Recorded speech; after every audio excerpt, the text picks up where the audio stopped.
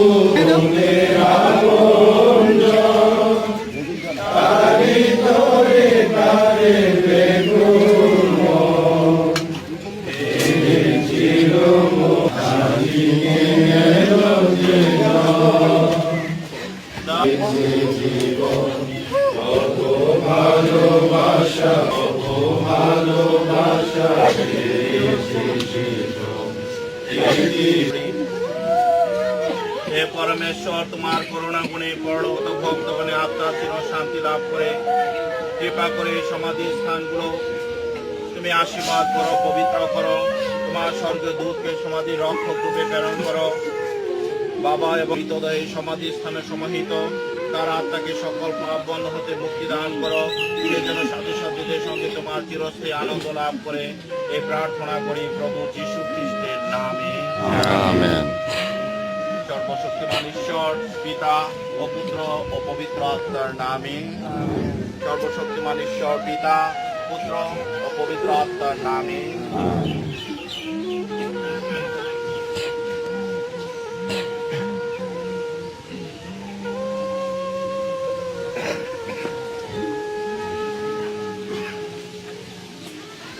সরাও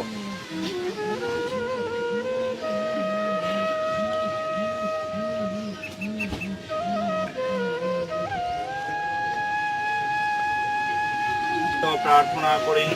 হে সর্বশক্তিমান অনাদি অনন্ত ভগবান, জীবিত পরলোকগত সকল মানবের প্রভু হে পরমেশ্বর, খ্রিস্ট বিশ্বাস ও সাধনা করে যারা তোমার সন্তান বলে পরিগণিত হয়েছে, তুমি তাদের প্রতি সর্বদা দয়া প্রদর্শন করো।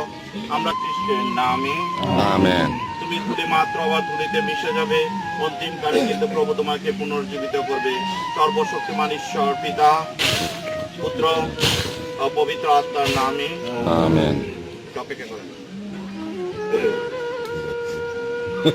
পুনর্জীবিত করবে সর্বশক্তিমান ঈশ্বর পিতা, পুত্র ও পবিত্র আত্মার নামে আমেন।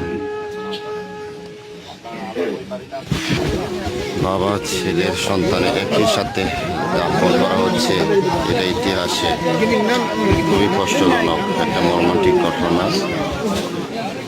বাবলু হাদিমা এবং নিউমার ব্রং বাবা ছেলে সন্তান তাদের নিজ বাড়িতে দাফনের কাজ শেষ করছেন।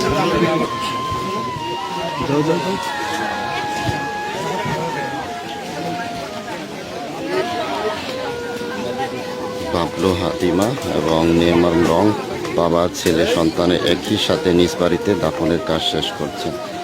ঈশ্বর তাদের